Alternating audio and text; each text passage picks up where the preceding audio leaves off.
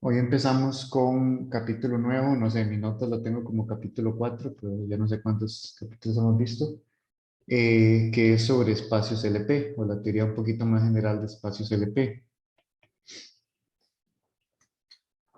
Ok, este, simplemente me imagino que ya algunos han llevado el curso de análisis funcional. Entonces, hay algunos conceptos básicos, bueno, incluso a veces se ven en análisis 2 también, pero simplemente para mencionarlos, sean X y Y, espacios vectoriales normados,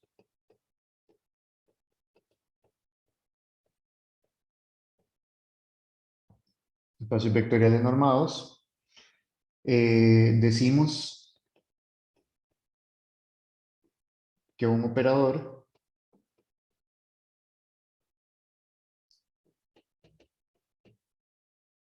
entiéndase como una función, t de X a Y es acotado si existe C mayor o igual que cero,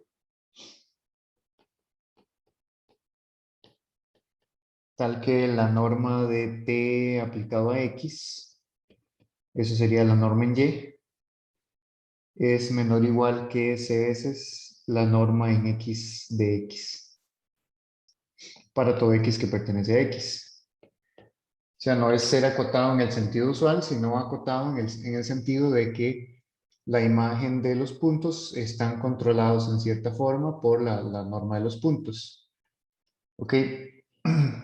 Entonces, eso, por esa definición ya están familiarizados. Eh, Vamos a ver, bueno, hay varias equivalencias que ustedes vieron en análisis uno o análisis 2, ¿verdad? Que si un operador lineal es lo mismo que ser continuo en cero y que ser acotado. Voy a ponerlo como proposición simplemente para tenerlo ahí.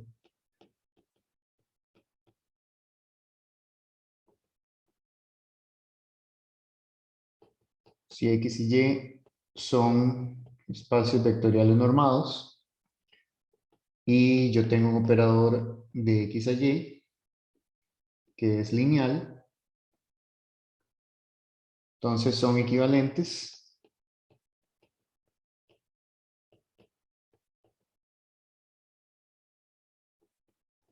T es continuo,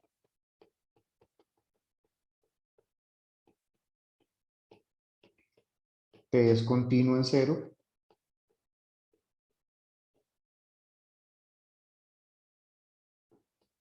y T es acotado. O sea que cuando estamos trabajando con operadores lineales, cuando decimos acotado y continuo es básicamente lo mismo. Y la prueba es fácil porque la definición de ser acotado es básicamente, me acota esto en términos de esto, entonces ahí uno tiene continuidad. De hecho tiene continuidad uniforme. Ok. Eh, Denote por, esto simplemente para establecer notación, denote por L de XY el espacio de operadores lineales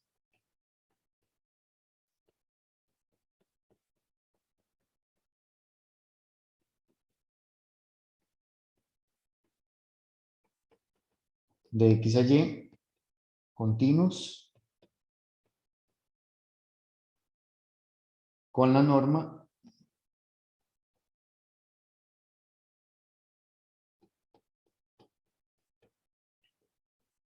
eh, supremo de T de X entre X, tal que X es distinto de cero, bueno, y X en X.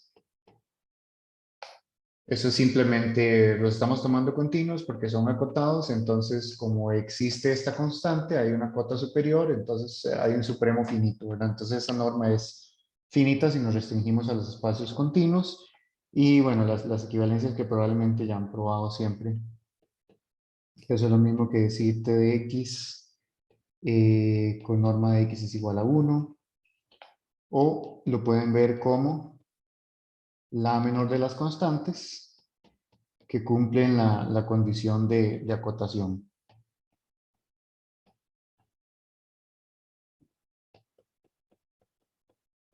que es exactamente la definición de supremo. Entonces esa es la norma que estamos trabajando. Y simplemente si X es un espacio vectorial sobre K, voy a poner K como así. O sea, K es ya sea los reales o los complejos. Entonces, un operador que pertenece a LXK, voy a ponerlo así,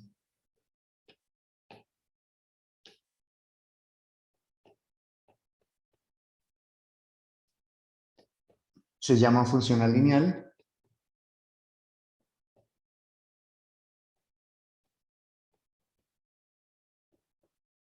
Funcional lineal sobre X.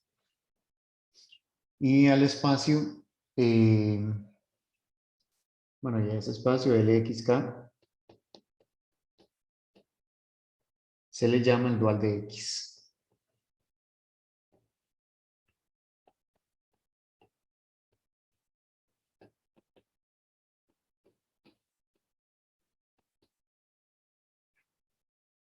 Y se denota por X estrella.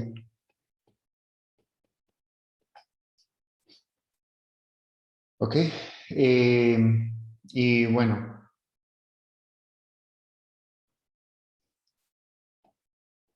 X estrella es un espacio de Banach.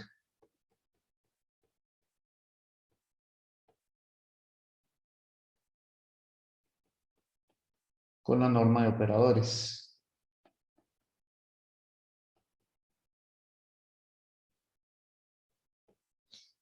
Ok, en general es un resultado general de espacios de Banach, ¿verdad? Que si ustedes tienen el espacio este de acá, si Y es un espacio de Banach, entonces el espacio de operadores lineales es un espacio de Banach. En este caso estamos tomando el espacio de llegada como los reales o los complejos, que son espacios de Banach. Decimos que Xn converge a X débilmente en el espacio X si f de Xn converge a f de X para todo f que pertenece al dual. Eh, y bueno, otra cosa que también saben es que si H es un espacio de Hilbert,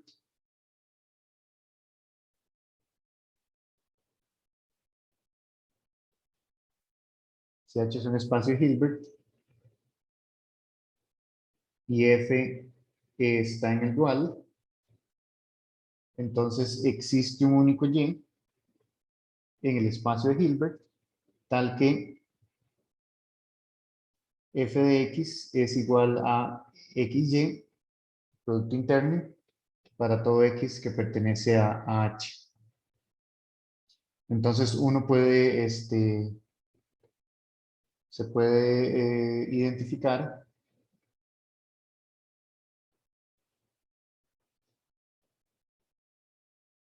el dual del espacio Hilbert con el mismo, bueno, y uno lo puede hacer isométricamente y con otro tipo de equivalencias.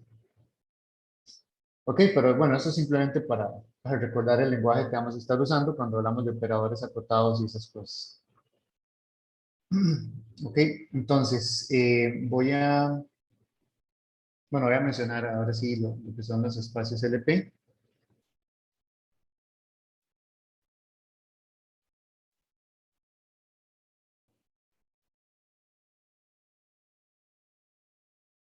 Entonces, lo primero que vamos a hacer es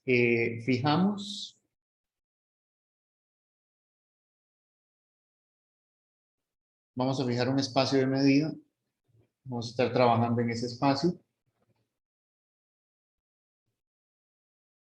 XM mu,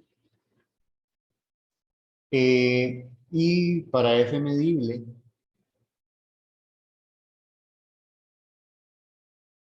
para una función medible en X, y 0 menor que P menor que infinito, vamos a definir la siguiente cantidad,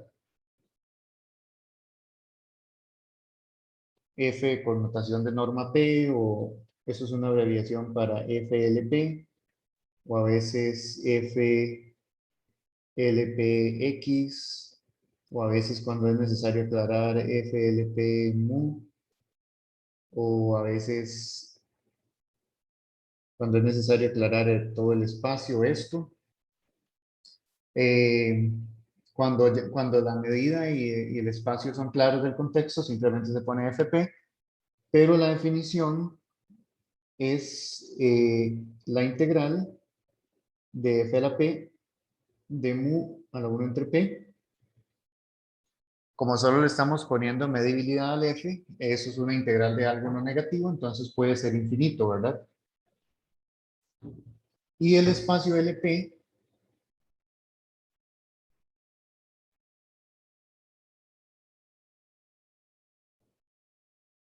que de nuevo puede ser LP de todo el espacio medible, o simplemente LP X mu, o simplemente LPX, o LP mu,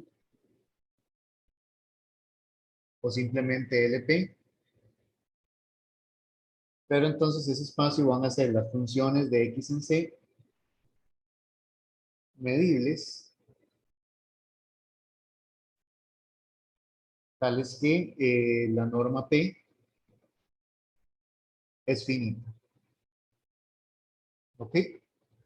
Básicamente, o sea, uno lo puede ver también como, o sea, si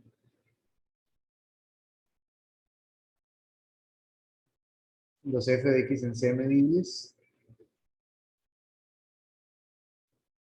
tales que la integral de f a la p con respecto a mu es finita.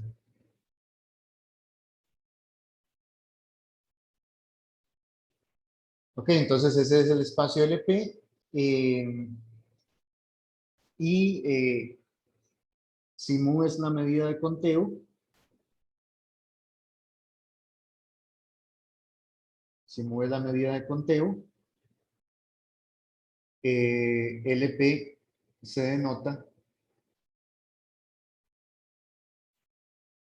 por LP minúscula.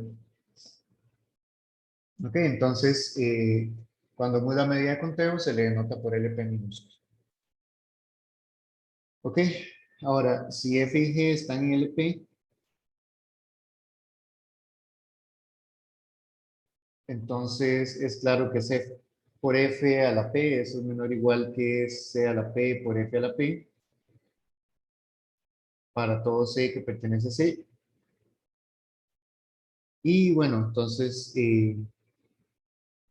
C por F en norma P, no estoy diciendo norma, pero aún no hemos probado que es una norma, que es esto. Entonces C por F está también en LP. Y si yo agarro F más C a la P, esto es menor o igual que separar el ahí, desigualdad triangular, F más C a la P. Esto es menor o igual que 2 veces el máximo entre F y G a la P. Y el máximo es menor o igual que la suma de ellos. Entonces esto es menor o igual que 2 a la P. Bueno, el máximo a la P es mayor o igual, es menor o igual que la suma de ambos a la P, ¿verdad? Porque el máximo es uno de ellos. Entonces, eso quiere decir que si yo calculo la norma P, que sería integrando y luego elevando a la 1 entre P, esto me va a dar menor o igual que 2 veces la norma de FP más la norma de GP, que es finita. ¿Ok? Entonces, bueno, de momento lo que quiere decir es que LP es un espacio vectorial.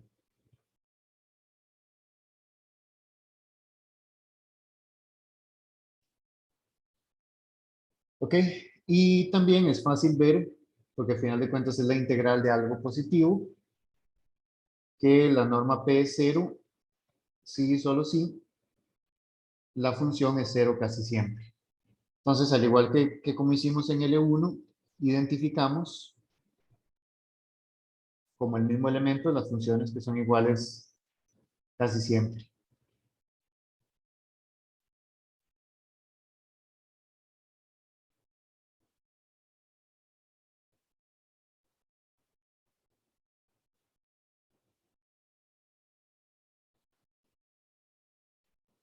¿Ok? Entonces,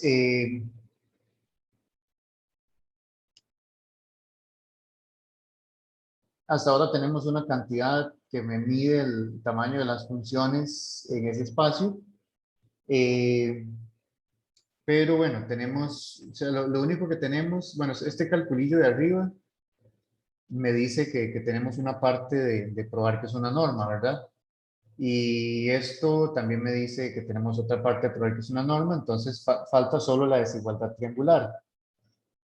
Eh, entonces, para que eso sea una norma,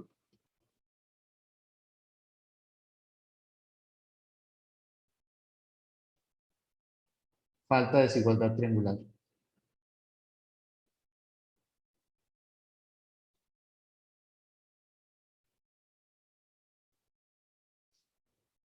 ¿Ok? Bueno, lo primero es, ¿qué pasa si P está entre cero y uno? Vamos a ver que no es una norma en ese caso, que la desigualdad triangular falla. Si yo tomo A mayor que cero y B mayor que cero, y T mayor que cero también, entonces eh,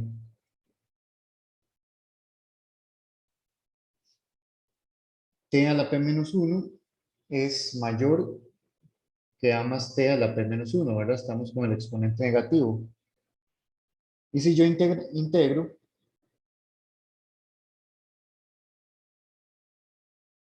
integrando de cero a B,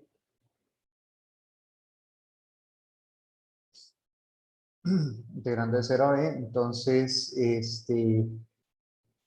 bueno, tengo a este lado, la integral de esto es B a la P entre P.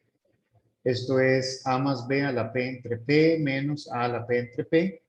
Entonces, acomodando eso, me queda, bueno, voy a escribirlo así, B a la P entre P es mayor que A más B a la P entre P menos A a la P entre P. Es decir, que A a la P más B a la P es mayor que A más B a la P. Entonces, esa desigualdad me sirve para ver lo siguiente. Si yo tengo dos conjuntos disjuntos de medida positiva,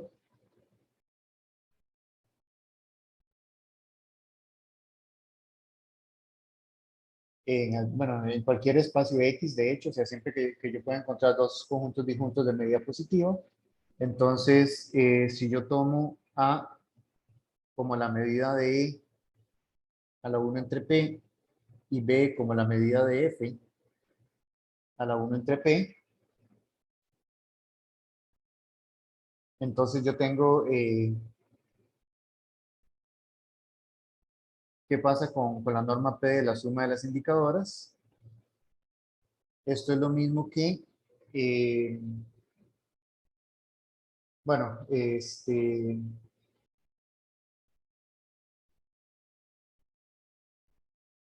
lo puedo ver como la medida de, o sea, al final de cuentas, la integral a la P de la indicadora, bueno, voy a hacerlo así,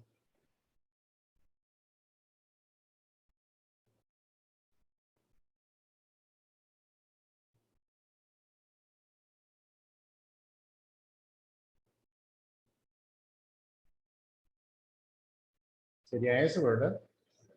Este, Ahora, esas indicadoras son disjuntas, ¿verdad? Viven en lugares diferentes. Entonces yo puedo verlo como la integral sobre E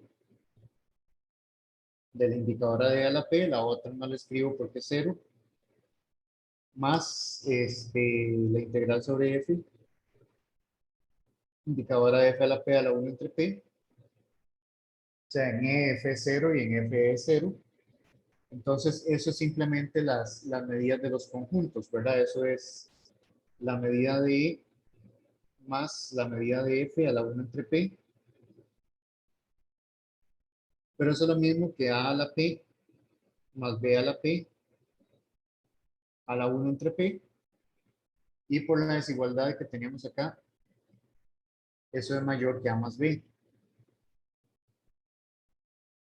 Eso es mayor que A más B, y eso es exactamente, bueno, puedo verlo así. Eso es exactamente medida de E más medida de F. Y eso es lo mismo que la integral sobre E de la indicadora de A a la P a la 1 entre P.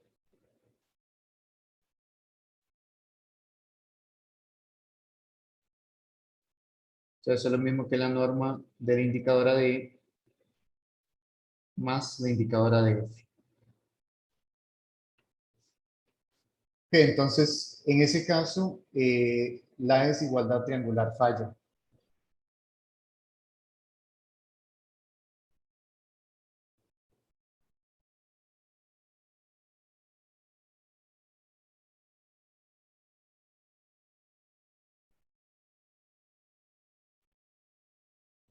Entonces, quiere decir que para cero menor que P menor que 1, esa cantidad no es una norma. Darío, pero una pregunta. ¿Sí? Es que, digamos, los espacios LP con P menor que uno son Ajá. el dual de un espacio LP con P mayor que uno, ¿verdad? No. No. Los espacios LP, si usted saca o sea, los espacios P mayor que 1, los Ajá. duales los divide en 2, ¿verdad? Los espacios de 1 a 2 son los duales de los espacios de 2 a infinito. Ah. Sí, de hecho, si usted saca el índice dual de un P, da un P negativo. Ok, ok. Ujú. Ya, ya. Todo Sí, bien. sí. Ok.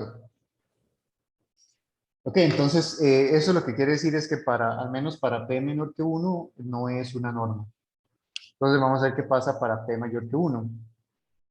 Para eso necesitamos un lema 1. Bueno, debería ser lema 2 porque ya le puse, pongámosle esta proposición cero, porque es como, esa proposición era solo para recordar cosas. Entonces el lema 1 es simplemente un calculillo, sean A, B mayor o igual que cero y cero menor que lambda menor que 1. Entonces A a la lambda por B a la 1 menos lambda es menor o igual que lambda A más 1 menos lambda B. Con igualdad, si solo si A es igual a B. Ok, eso es lo que nos va a ayudar, es un paso para probar la desigualdad triangular. Entonces, bueno, si B es cero, es trivial, porque el lado izquierdo sería cero. Y si B es distinto de cero, simplemente considere la función que está más o menos cantada ahí arriba. Considere f de t igual t a la lambda menos t lambda. Entonces, eso es estrictamente creciente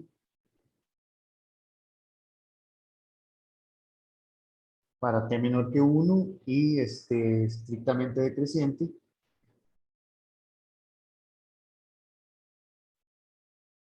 para t mayor que 1. Entonces, eso quiere decir que alcanza un máximo absoluto en t igual a 1.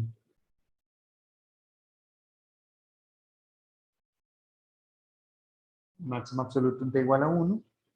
Y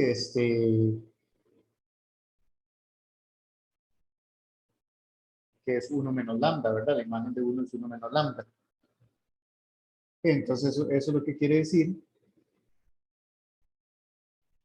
es que t a la lambda menos t lambda es mayor o igual que 1 menos lambda para todo t.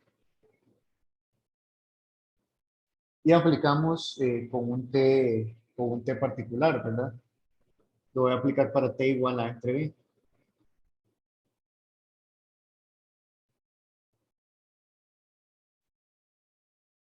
Voy a escribir así una vez.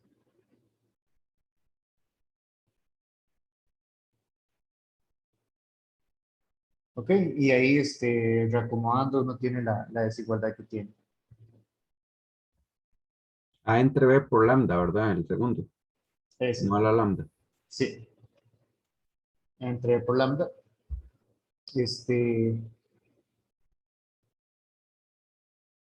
Y bueno, ahí reacomodando las cosas queda exactamente eso, ¿verdad? Multiplicando por b. Y bueno, y la igualdad se da exactamente en el punto donde se alcance el máximo.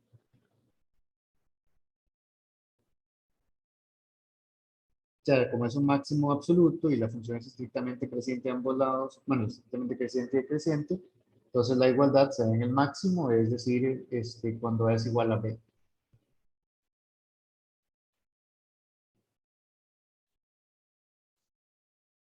¿Ok? Entonces, esa desigualdad nos va a permitir probar primero la desigualdad de Holder.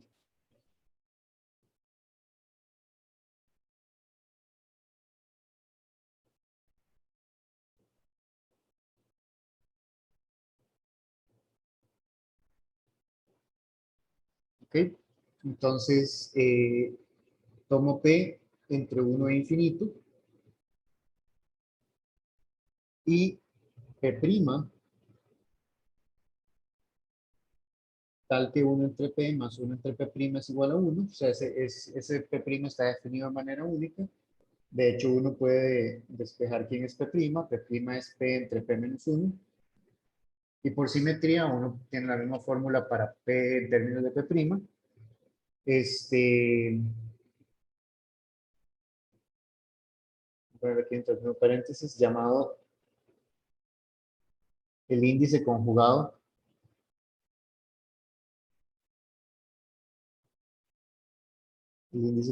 de P. Entonces, si F y G son medibles, de nuevo, aquí ya estamos trabajando en un espacio X, M, nu. Entonces,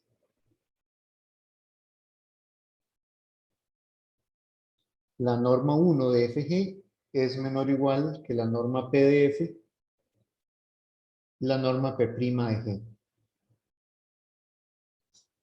¿Ok? En particular,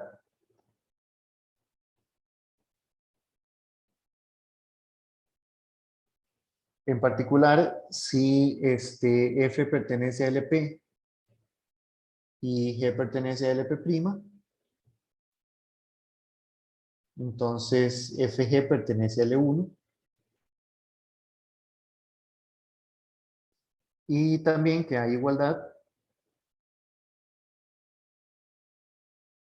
si solo si F a la P es una constante por G a la P'.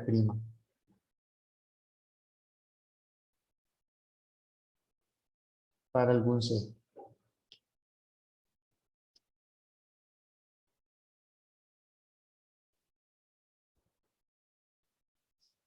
Ok, entonces esa es la idea.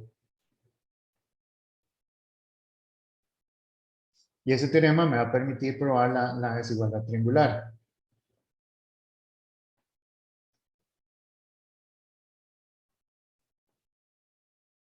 Bueno, primero, si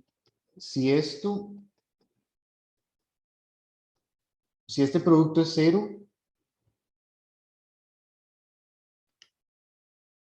si ese producto es cero es porque alguna de las dos normas es cero. Bueno, de nuevo, digo norma, pero todavía no sabemos qué es norma. Si alguna de esas dos cantidades es cero, es porque porque o f o g son cero casi siempre.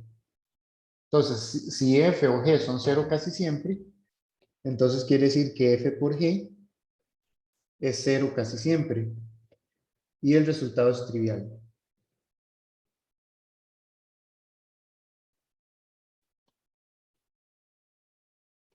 ¿Ok?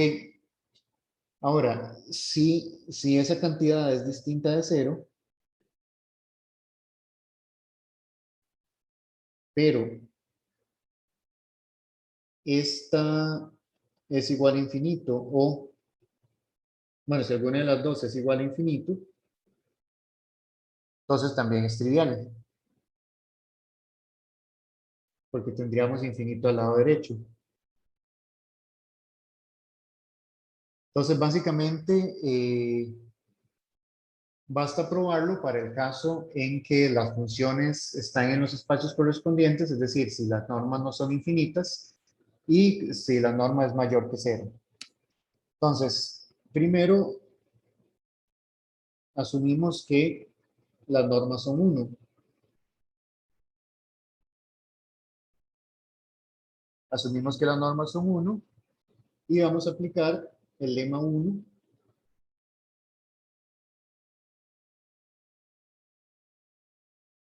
con A igual f de x a la p y b igual g de x a la p'. Y bueno, y lambda igual 1 entre p. Entonces, todas esas cosas son cosas positivas.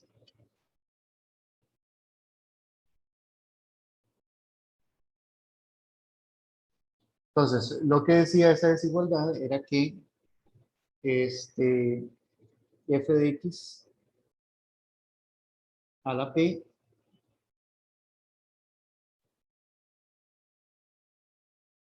eh, bueno, sería a a la lambda, que sería f de x a la p a la 1 entre p, b a la 1 menos lambda, de x a la p' a la 1 menos lambda.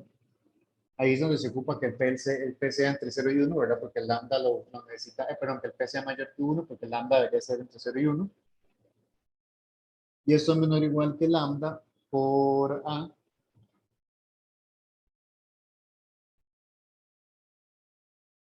más 1 menos lambda por b. ¿Ok? Entonces, esta parte de acá, 1 menos p, es 1 entre p'. Entonces, al final de cuentas, a ese lado me queda f de x g de x. Y esto va a ser menor o igual que 1 entre p, f de x a la p, más 1 entre p', g de x a la p', y luego integramos.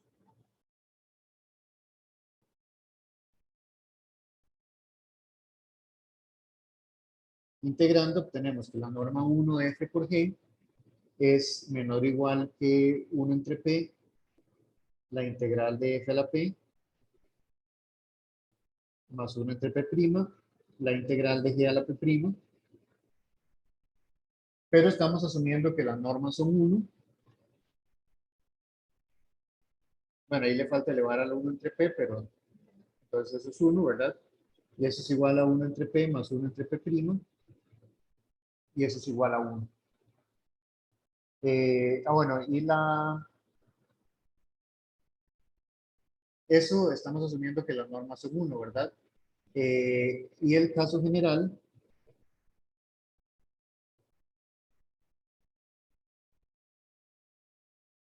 lo mismo de siempre, ¿verdad? Aplicarlo a los vectores normalizados.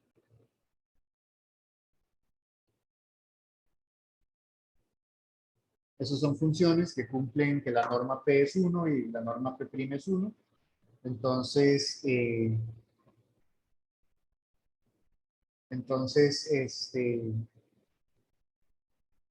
aplicándolo de ahí sale, ¿verdad? Bueno, lo que es la igualdad sí y solo sí eso viene de considerar en el lema 1 había un caso donde había igualdad, ¿verdad? Que era la igualdad era donde las cosas eran iguales. Entonces, de hecho ahí sale cuál es la constante, ¿verdad? Al final, bueno, puedo ponerlo así como igualdad.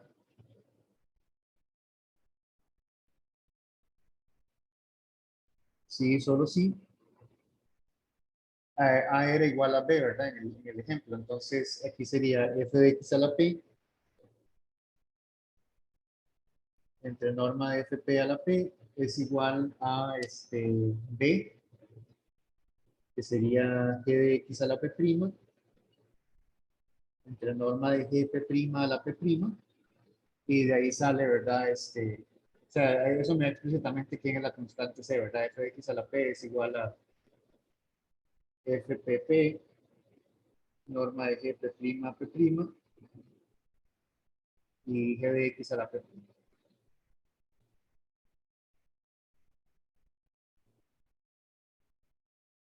Ok, entonces esa es la desigualdad de Helder, que me ayuda a probar la desigualdad de Minkowski, que la desigualdad de Minkowski es la desigualdad triangular.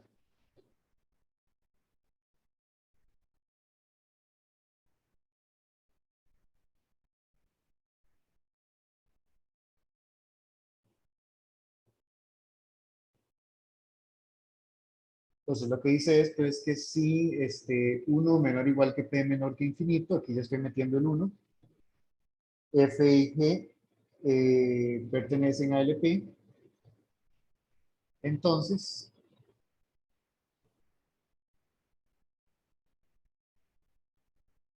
tengo la desigualdad triangular.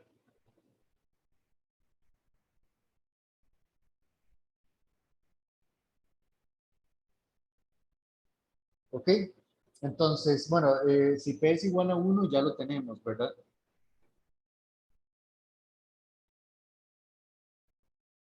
Si p es igual a 1 ya lo tenemos, que es simplemente la desigualdad triangular de las integrales. Si, si f más g es igual a 0 casi siempre, entonces es trivial. ¿Ok? Entonces, en otro caso, es decir, el caso en el que f más g no es 0 casi siempre y p es mayor que 1, yo puedo escribir lo siguiente. Yo puedo escribir f más g a la p. Yo lo puedo escribir, bueno, lo puedo hacer así. Puedo apartar f más g a la p menos 1 y agarro un p a la menos 1, a la p menos 1, y agarro un f más g y lo acoto por f más g. ¿Ok? Entonces vean que eso lo hago si p es mayor que 1. Y aplicamos Holder.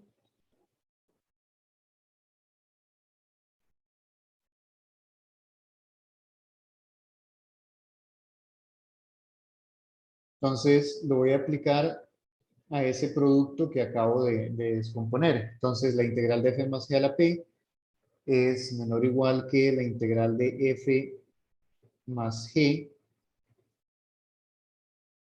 por f más g a la p menos 1. Entonces, este es el producto de funciones al cual le voy a aplicar Helder, es este por este. Entonces, eso va a ser menor o igual que, eh, bueno, voy a separarlo. Bueno, voy a hacer todo una sola línea. Entonces, eso va a ser menor o igual que la norma de f en p por la norma de f más g a la p menos 1 p' más la norma GP, la norma de F más G a la P menos 1, P'. O sea, estoy separando los dos términos en la integral anterior, le estoy aplicando Helder a cada una de las integrales. ¿Ok? Y bueno, el resto es manipulación, ¿verdad? Porque entonces yo puedo, bueno, puedo ahí sacar FP más GP. Y aquí me quedaría entonces la integral de, sería f más g a la p menos 1, estoy sacándole la norma p', entonces sería f a la p', a la 1 entre p', y p menos 1 por p', eso me da p.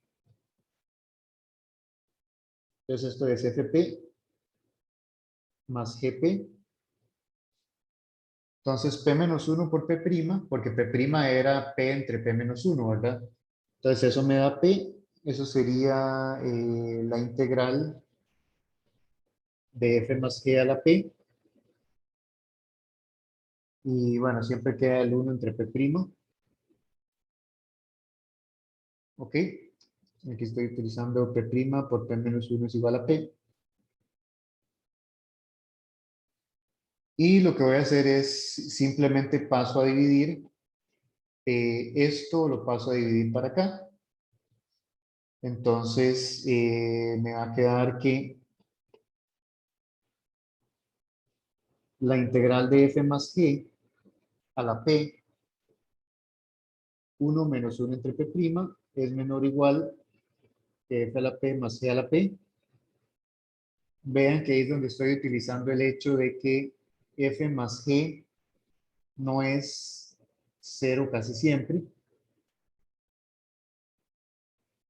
porque entonces esa integral que estoy pasando a dividir es una integral positiva. Y 1 menos 1 entre p' es p, ¿verdad? Entonces eso es simplemente la norma de f más g, p menor o igual que fp más gp.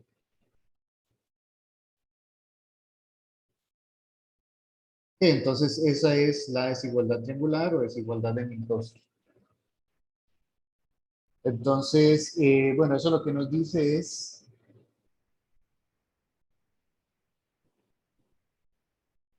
que para p mayor o igual que 1, LP es un espacio vectorial normado.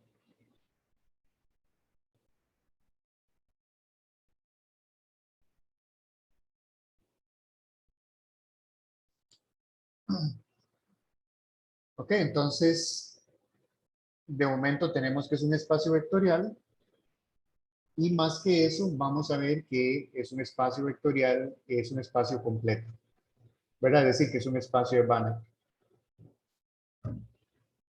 Y ese es el siguiente teorema.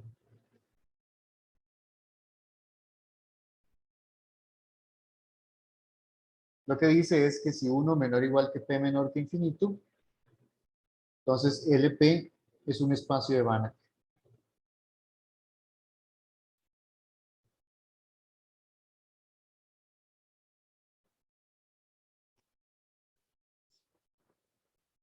Y vamos, para probar la completitud, vamos a probar la caracterización por series absolutamente convergentes.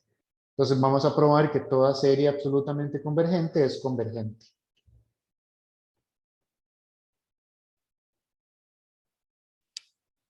Entonces, para eso tomamos una sucesión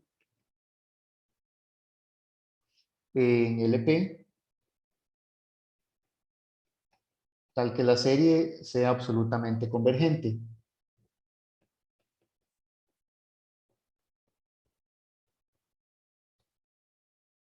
Voy a ponerle que es igual a C menor que infinito. O sea, la serie converge absolutamente, hay que probar que converge. Bueno, para eso voy a tomar lo siguiente, voy a tomar Sn, las sumas parciales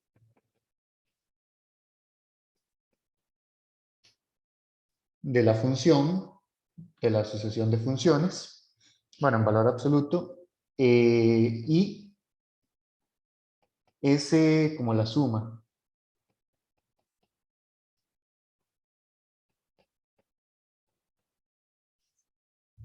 Ok, bueno, de momento S puede ser infinito. Simplemente es para abreviar. Entonces, primero, las sumas parciales por la desigualdad de Minkowski o la desigualdad triangular está acotada por la suma de las normas.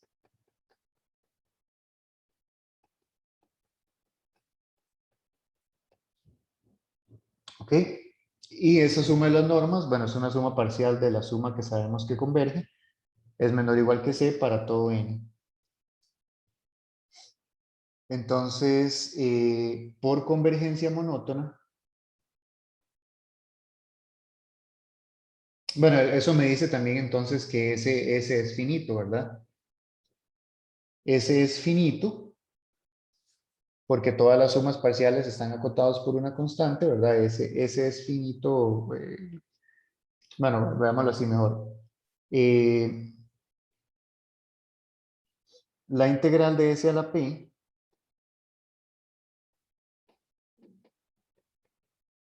es igual al límite cuando n tiende a infinito de eso.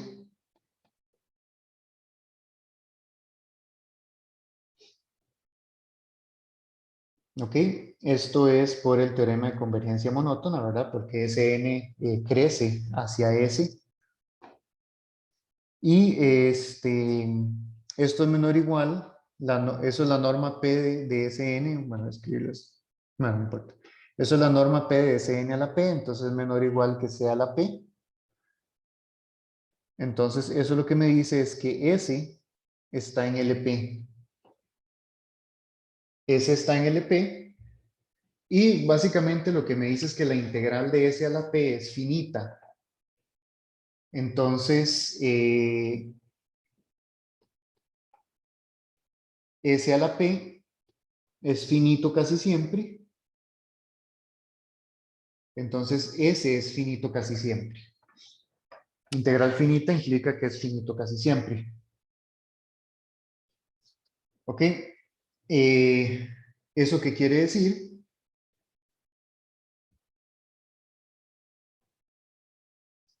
¿Qué es S? S es una serie de valores absolutos de números reales o complejos, ¿verdad? O sea, para un X fijo, para un X donde S converge, donde S es finito, eso quiere decir que la suma de fk de x es finita en valor absoluto, pero como ahí estamos tomando valor absoluto, ¿verdad? Son reales o complejos. Entonces, eso lo que quiere decir es que esta suma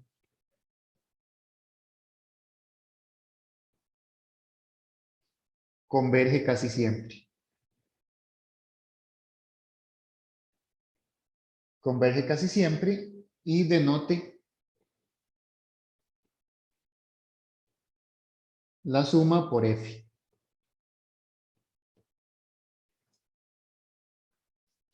Ok, entonces converge casi siempre a algo, le vamos a poner f a la función a la que converge casi siempre, ¿verdad?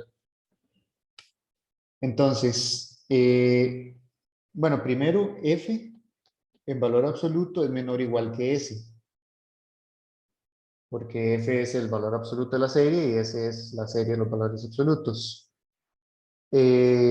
Y eso me dice también que f está en LP.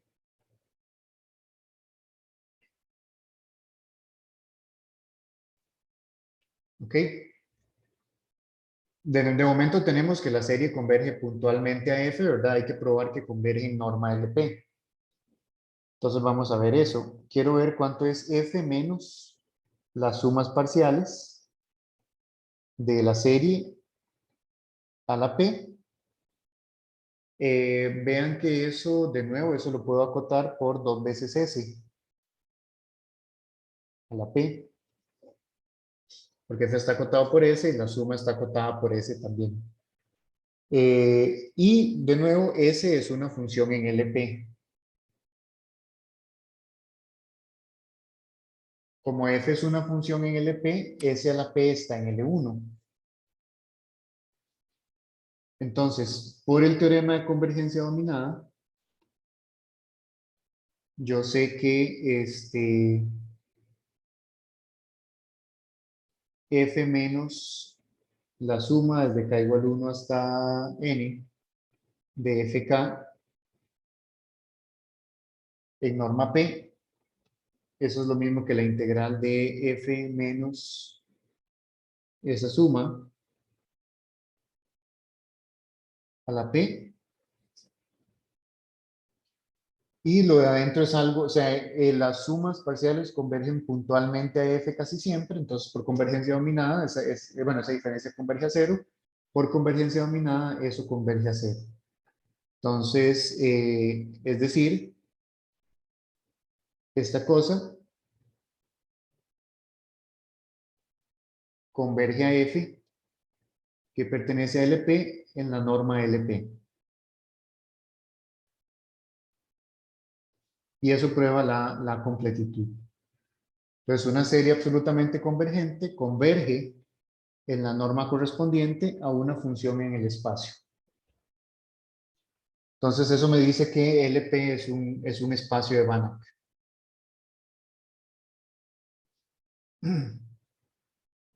¿Ok?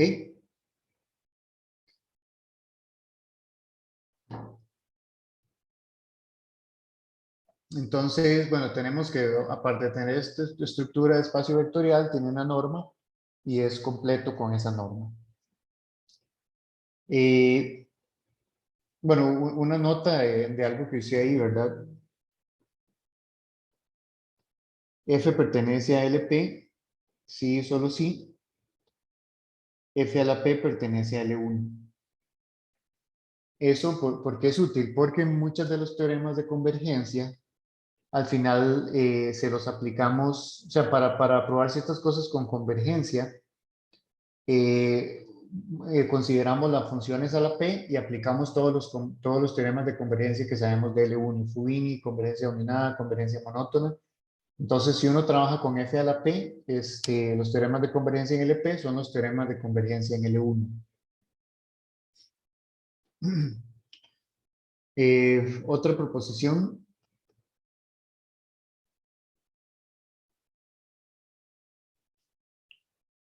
Proposición 5.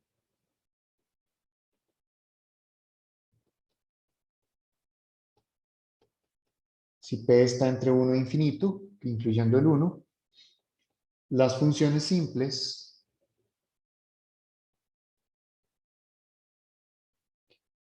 y no solamente las funciones simples, sino las funciones simples de la forma f igual, bueno, voy a poner phi en lugar de f. Phi igual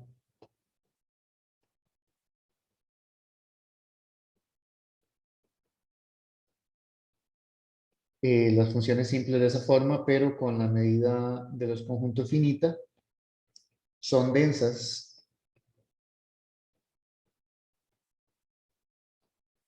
en LP. Bueno, eso me diría que las funciones simples en general son densas, ¿verdad? Porque son espacios más grandes, pero de hecho podemos construir las funciones simples con medida finita de los conjuntos.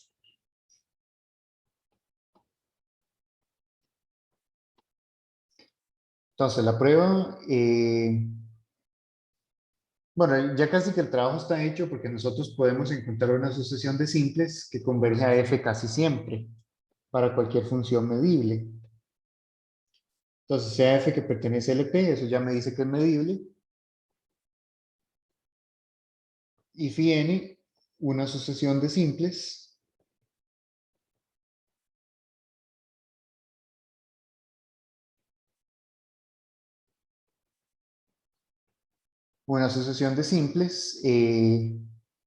tales que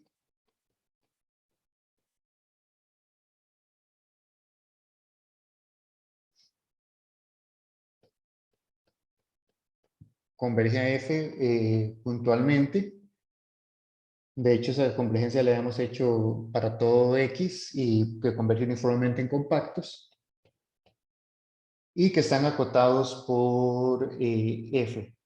Bueno, hecho valor absoluto de F. Ok, bueno, entonces primero como están acotados por F, y aparte uno las puede elegir crecientes en valor absoluto. Entonces, phi n está en LP también, y phi n menos f a la p, las dos cosas están acotadas por f, ¿verdad? Entonces esto es menor o igual que 2 a la p por f a la p, y eso es una constante por f a la p, entonces es algo que está en L1, ¿verdad? Para todo n. Entonces, de nuevo, por convergencia dominada,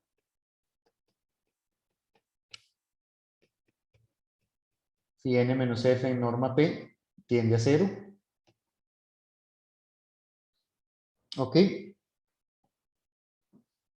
Entonces, simplemente para aclarar lo de la medida finita, si yo tengo phi n,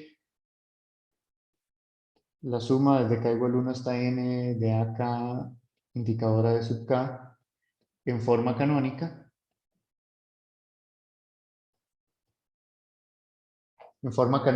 significaba que los AK son diferentes y que los E sub K son disjuntos.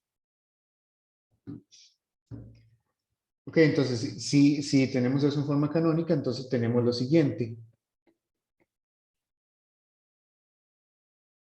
La suma desde k igual 1 hasta infinito de AK a la P por la medida de sub K.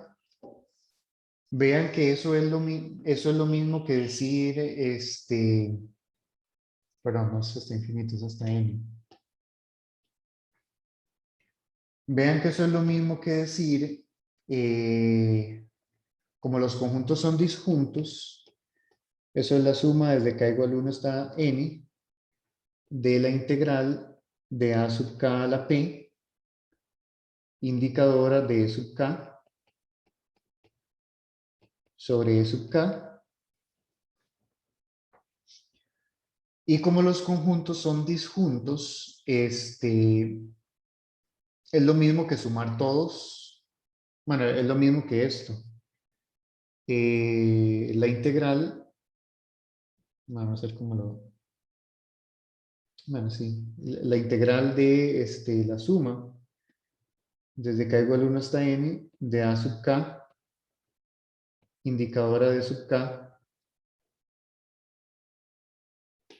tenemos el valor absoluto acá, a la p de mu. Porque de hecho eso uno lo... o sea, cuando lo separan los distintos conjuntos, el resto de las indicadoras son 0, entonces solo estoy en el conjunto que me interesa. La indicadora, la P es 0,1, ¿verdad? Entonces sigue siendo la misma indicadora. Entonces, básicamente eso es la norma de phi n. La norma P de phi n, eso es menor que infinito, ¿verdad? Entonces, para que eso pase,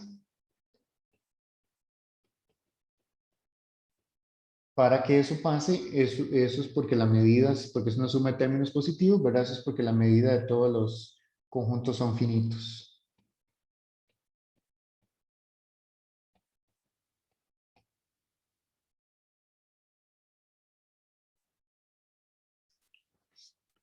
Entonces uno puede aproximar cualquier función en LP por funciones simples con conjuntos finitos en las indicadoras.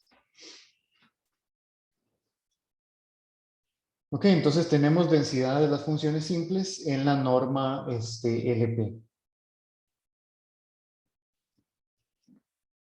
Para completar un poco el rango de índices, porque hasta ahora tenemos P menor o igual que 1, pero para P infinito esta definición de LP no tiene sentido.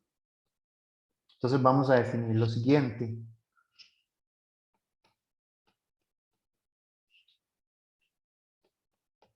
Vamos a definir la norma infinito o la norma f en L infinito, o se le puede poner el espacio, la medida para indicar dónde estamos trabajando, pero va a ser el ínfimo de las constantes tales que f de x es menor o igual que m casi siempre.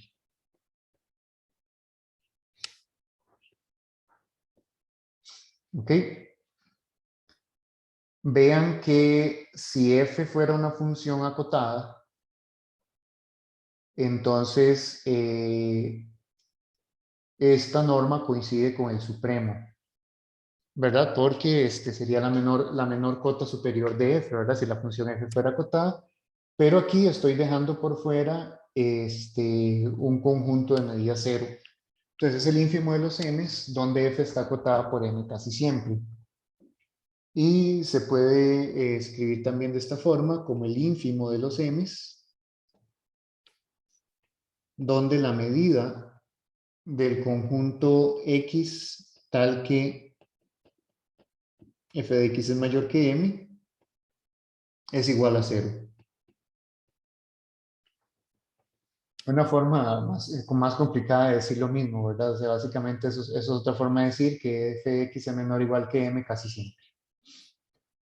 Ok, bueno, con la convención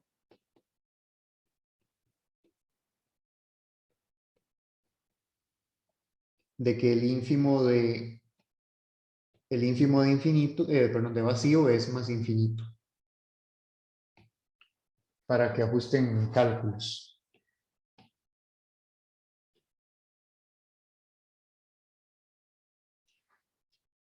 Ok,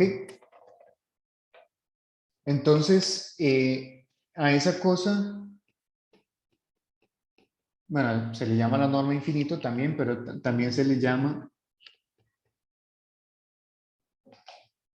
el supremo esencial.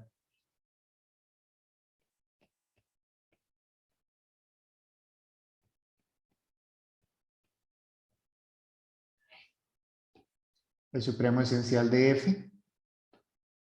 Y se denota también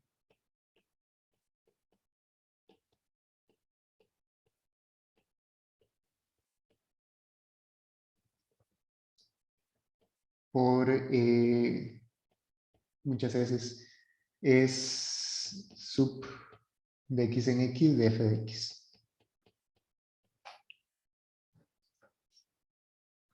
¿Ok? Entonces, ese es el supremo esencial.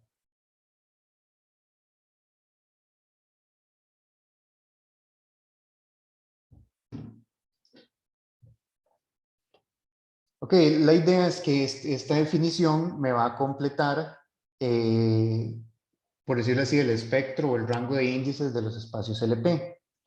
Entonces, con eso voy a definir el infinito, o de nuevo toda la...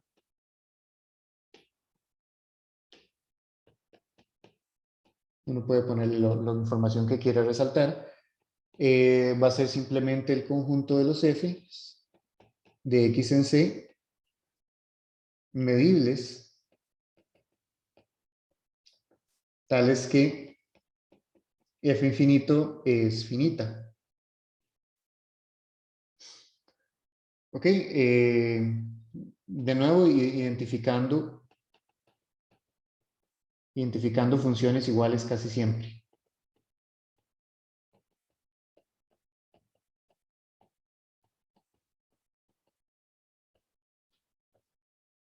No sé por qué escribí toda la palabra casi siempre, pero bueno. Ok.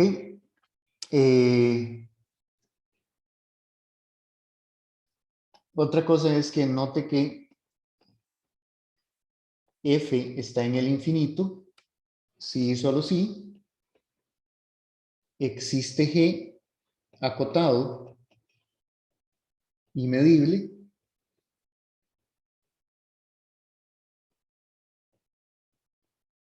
tal que f es igual a g casi siempre.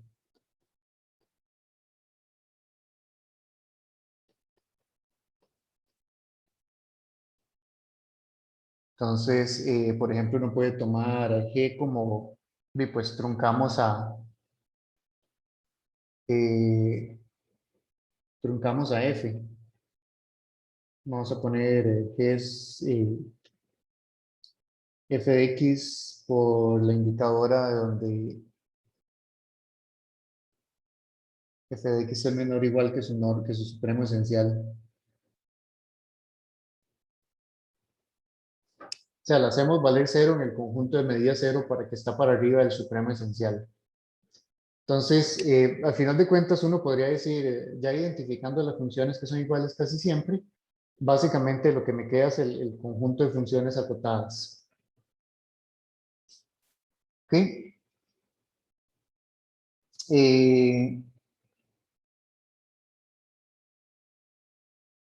Bueno, y si... Bueno, no, simplemente eso.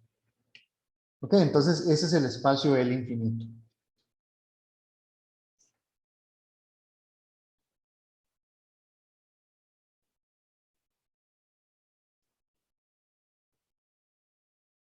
Teorema 6.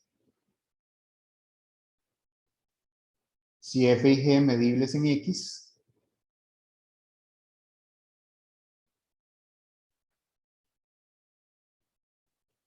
entonces, bueno, primero se cumple la desigualdad de Hilbert. Fg1 es menor o igual que F1 G infinito. Ok. Bueno, eso me dice entonces que si F está en L1 y G está en el infinito, entonces Fg está en L1.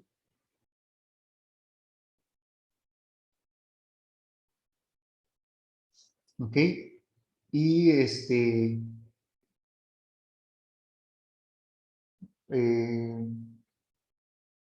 y en este caso,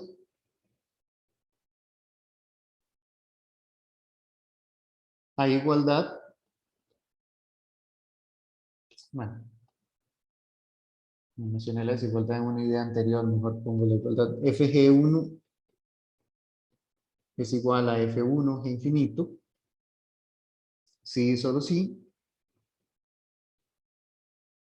G de x es igual a su supremo esencial casi siempre. eh, donde f sea distinto de cero.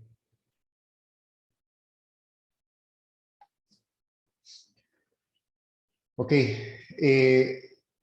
Simplemente ahí, bueno, voy a poner una nota aquí mismo, pero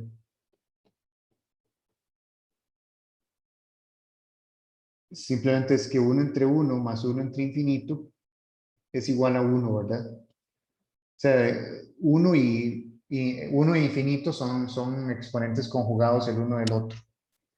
Entonces, más o menos es la misma idea de la desigualdad de Helder. B, esa cosa es una norma.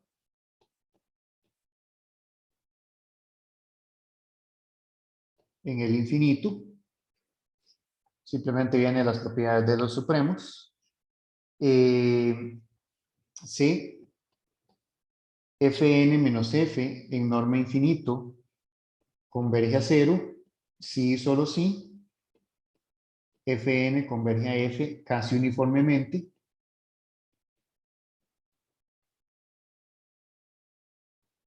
Es decir, esa norma me da la convergencia casi uniforme.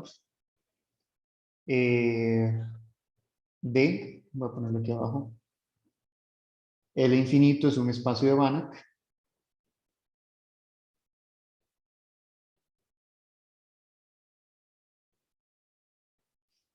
Y las funciones simples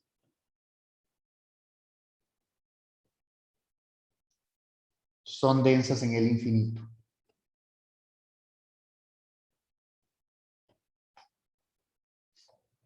Este espacio es un poco más manejable porque básicamente es como manejarlo con el supremo.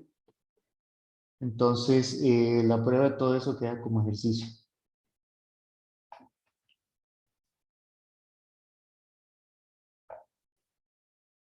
¿Ok? Entonces, bueno, tenemos eso. Una nota también.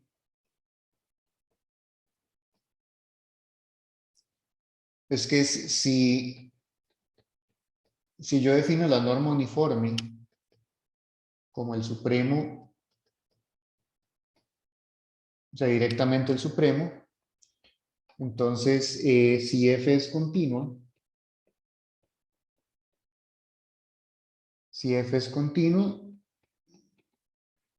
entonces esa norma uniforme coincide con el supremo esencial, con la norma infinito. ¿Ok? Entonces, que ya sea infinito o acotada, entonces si es continua es la misma cosa. Ok, entonces, de nuevo, eso me completa un poco los espacios LP para incluir más, o sea, y puedo incluirlo en los siguientes teoremas. Ahora, hasta ahora hemos estado viendo como cada espacio LP por separado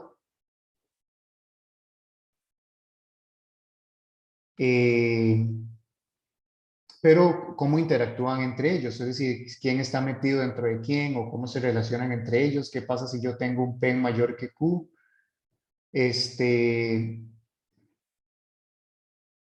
sea, cómo interactúan entre ellos. Esos resultados, bueno, hay algunos resultados que se llaman interpolación, por ejemplo, qué pasa si yo tengo,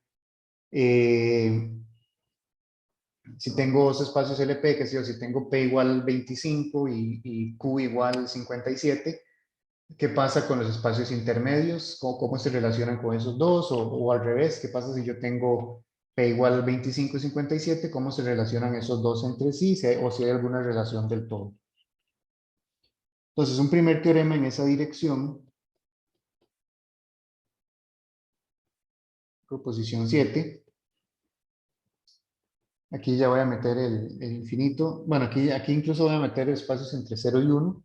Hay cosas que sí se cumplen para esos, aunque no son espacios normados, pero son espacios métricos. Bueno, si tengo eso, P menor que Q, menor que R, menor o igual que infinito, y P puede ser 0, P mayor que 0, entonces, LQ, el que está en el centro, está metido entre LP más LR, donde, ¿cómo definimos LP más LR? Eso es, pues, la forma natural de definirlo, es la suma de funciones, donde una está en LP y la otra está en LR.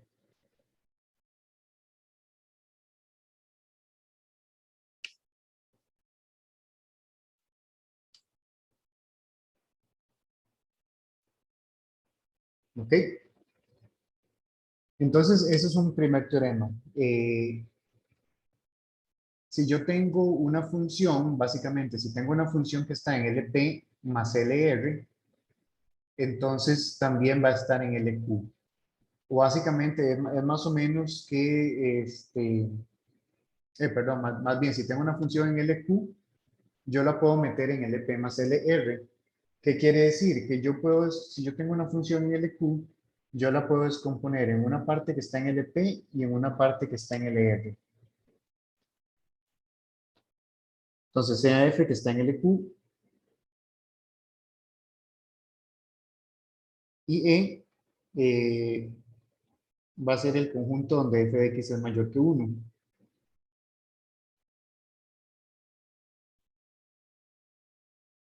Entonces voy a tomar g como f, la indicadora de ese conjunto, y h, f por la indicadora del complemento. O sea, h es f menos g. Y eso es todo, esas van a ser las partes que me sirven, porque, o sea, es jugar con los exponentes. G a la p, quiero ver que G está en LP. G a la P va a ser menor o igual que F a la P por la indicadora de E. ¿Ok? Y aquí uso el hecho de que P es menor que Q, ¿verdad? Y como en E, F es más grande que 1, entonces pues simplemente tengo esta desigualdad.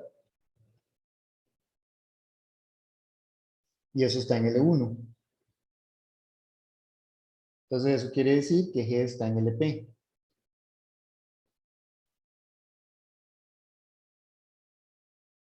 Y parecido el otro, ¿verdad? H a la R es menor o igual que F a la R, indicadora de complemento, pero en el complemento es más bien donde F es menor que 1, entonces R es más grande, pero como F es menor o igual que 1, entonces más bien es más pequeño que F a la Q. Indicadora de complemento, bueno, eso es menor o igual que F a la Q, pero eso está en L1, entonces H está en LR. Perdón, LR. Sí, en LR. Entonces eso lo que quiere decir es que, bueno, perdón, aquí estamos,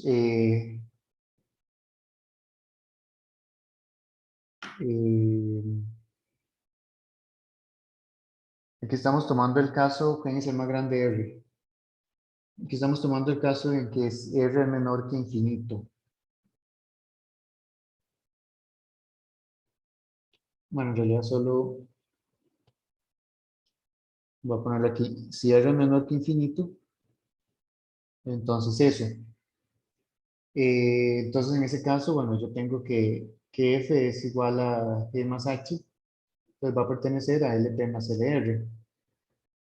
Y en el caso, que R sea infinito, entonces, ¿qué sería la norma infinito de H? Eso sería la norma de F,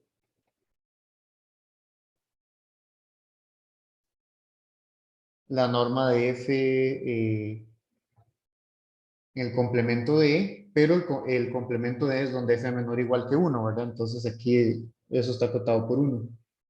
Entonces, de igual forma, H pertenece a el infinito.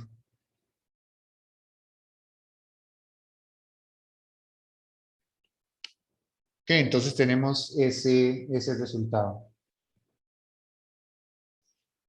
Y para ya terminar por hoy,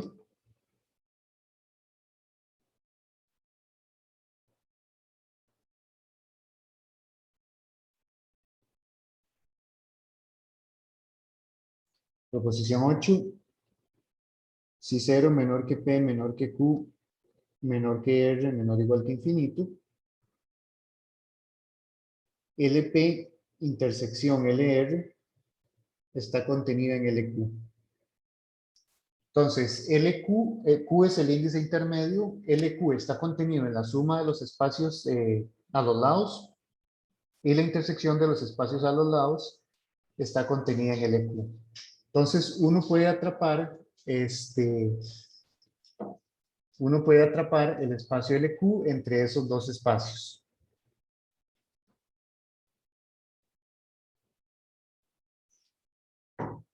Ok. Bueno, y además hay una relación entre las normas, que más bien es la relación entre las normas la que me va a dar la desigualdad que quiero, perdón, la inclusión que quiero, que sería que la norma Q está acotada por una combinación, ¿cómo se llama esto? Sería una combinación geométrica entre la norma P y la norma R, donde, ¿quién es ese lambda? 1 entre Q es igual a lambda entre P más 1 menos lambda entre R. De nuevo, uno puede despejar ese lambda de manera única, ¿verdad? Y ahí ese lambda les va a quedar entre 0 y 1.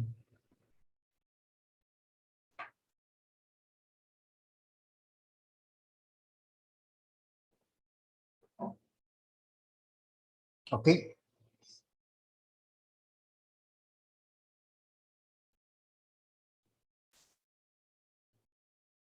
Ok, entonces, bueno, primero el caso, creo que es el fácil. Si R es igual a infinito, quiero ver qué pasa con la norma Q. Entonces, F a la Q es igual a F a la P, F a la Q menos P. Porque Q es mayor que P, entonces puedo hacer eso. Eh, voy a acotar el segundo factor por la norma infinito. O sea, la norma infinito a la Q menos P. Aquí me quedaría F a la P. Ahora, vean que en ese caso,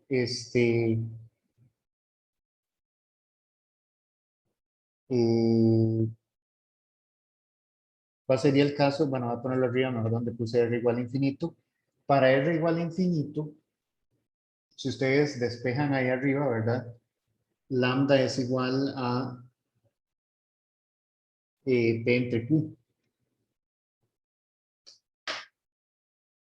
Bueno, quizás el lambda está definido así, pero digamos que si R es infinito, se define el lambda como P entre Q.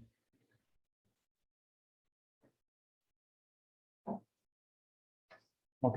Pero de eso mismo es que tomamos R, estamos usando infinito como si fuera un número.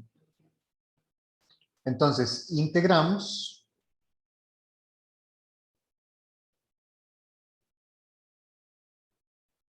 Integrando, entonces tengo que la norma Q a la Q, porque estoy integrando el F a la Q nada más, va a ser menor o igual que, eso es una constante, la norma P a la P. Entonces saco uno entre Q, entonces me quedaría la norma Q es menor o igual que la norma FP a la P entre Q, la norma F infinito a la 1 menos P entre Q.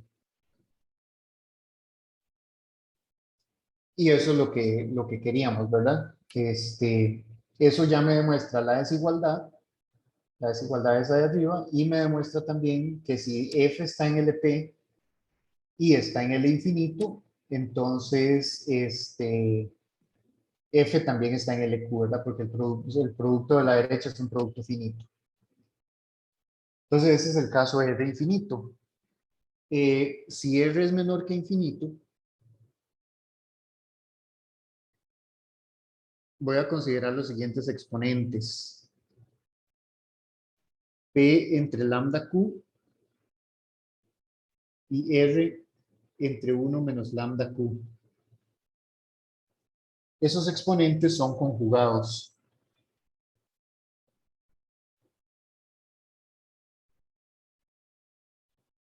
Son conjugados en el sentido de que 1 entre el primero más 1 entre el segundo me da 1. Y eso sale de la relación esta de acá. ¿Verdad? 1 entre el primero sería Q entre, bueno, saco un Q, ¿verdad? Entonces, saco un Q, entonces 1 entre, es P entre lambda, 1 menos lambda entre R, eso da 1 entre Q y cancela con el Q. Entonces, esos son exponentes conjugados. Entonces, podemos aplicar Holder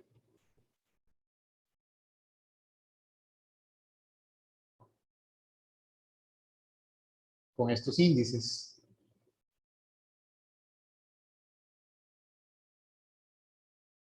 Y lo vamos a aplicar, bueno, voy a escribir a cuáles funciones. Como al final yo lo que quiero acotar es la norma Q, entonces quiero acotar esa integral, voy a descomponer ese Q como lambda Q, 1 menos lambda Q. Entonces voy a aplicarle folder a esas cosas. Entonces, me va a dar la norma de f a la lambda q con el primer índice y la norma de f a la 1 menos lambda q con el segundo índice.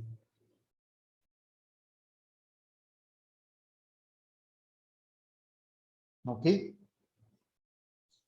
Entonces, simplemente escribo qué es cada cosa, ¿verdad? Eso es la integral de f a la p entre lambda q a la lambda q a la lambda q entre p. Y aquí sería f a la, toda esa cosa rara, r1 menos lambda q a la 1 menos lambda q. Perdón, a la r entre eso.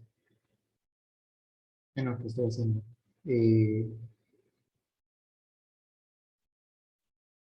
Estoy aplicando la norma a f a la 1 menos lambda q a la r entre 1 menos lambda q. Y aquí sería 1 menos lambda q entre r. ¿Ok? Entonces, pues en el primero queda solamente p de exponente, en el segundo solamente queda r. Entonces eso es la integral de f a la r. Y aquí me queda, perdón, aquí me queda p, f a la p. Y aquí me queda simplemente,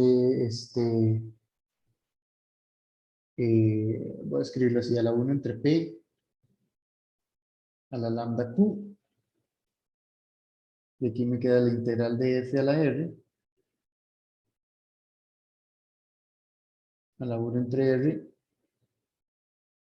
1 menos lambda q. O sea, la norma p a la lambda q, norma r a la 1 menos lambda q. Entonces, básicamente saco raíz cuésima a ambos lados y me queda lo que quiero.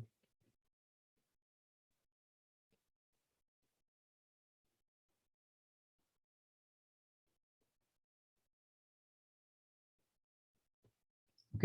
Y de nuevo eso prueba la desigualdad y prueba que si f está en LQ y LR, entonces también está en L, pero esto es una P. Si está en LP y si está en LR, entonces también está en LQ. Ok, entonces se tiene esa interacción entre esos espacios. No sé si hay alguna pregunta hasta ahora.